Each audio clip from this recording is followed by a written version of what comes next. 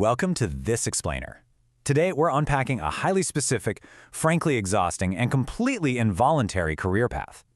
You know, that role you were basically drafted into the exact second your younger sibling came home from the hospital?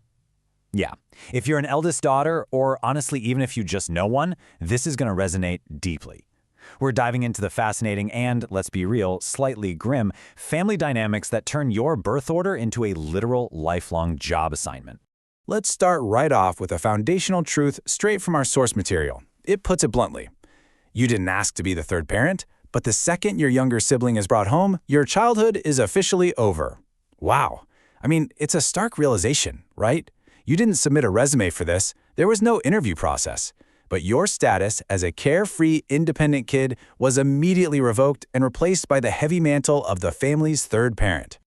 So think of this as your corporate onboarding roadmap. We're going to trace this journey through 4 distinct phases. 1, the unpaid internship begins. 2, the helper crow phase. 3, the illusion of independence. And 4, the brutal final decline. Okay, let's jump right into section 1. The unpaid internship begins.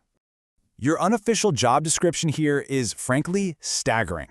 The primary directive: manage everyone else's emotional baggage, and usually at the steep cost of totally ignoring your own needs.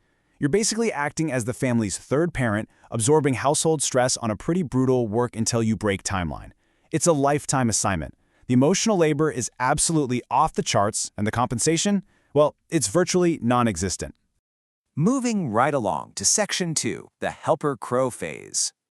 Biology actually gives us a really perfect illustration for your early years on the job. In nature, a helper crow is a bird in a family ecosystem that's forced to spend its own time, resources, and energy feeding someone else's chicks, rather than, focusing on its own development. And our source material draws a brilliant direct parallel here. As the eldest daughter, your own early, formative years get systematically stripped away. Instead of exploring your youth, you're tasked with feeding, guarding, and raising the younger chicks of your family. You are, quite literally, the helper crow of your household. Let's actually compare the performance reviews in this ecosystem, because the double standard is wild. On one side, we've got the younger siblings. They're viewed by the family as younger, a bit more foolish, and so they get protected. They're excused when they mess up. But on the other side, we have you. You're tasked with actively teaching them, but when things go wrong, you endure the humbling lesson of being punished for their mistakes. And the justification is always exactly the same. You should have known better. The expectations for maturity are just overwhelmingly skewed in one direction. Which brings us to section 3, the illusion of independence. As you move into adulthood, you might actually start to believe you can finally tender your resignation from this unpaid internship.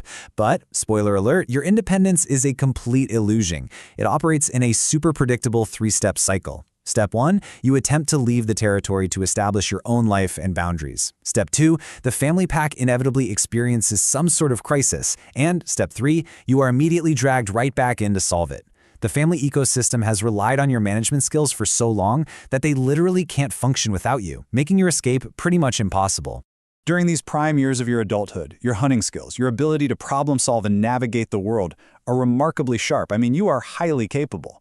But because of that constant cycle of being dragged back to manage the family's emotional baggage, you're left in a state of constant exhaustion.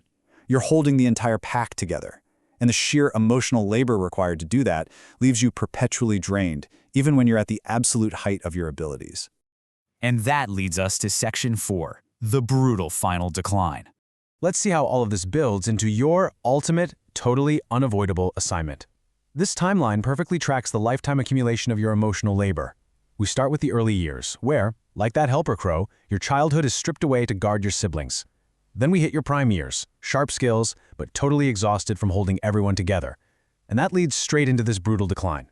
Because as your parents begin to age and lose their independence, a huge new responsibility emerges, and the ecosystem just defaults right back to its most reliable manager.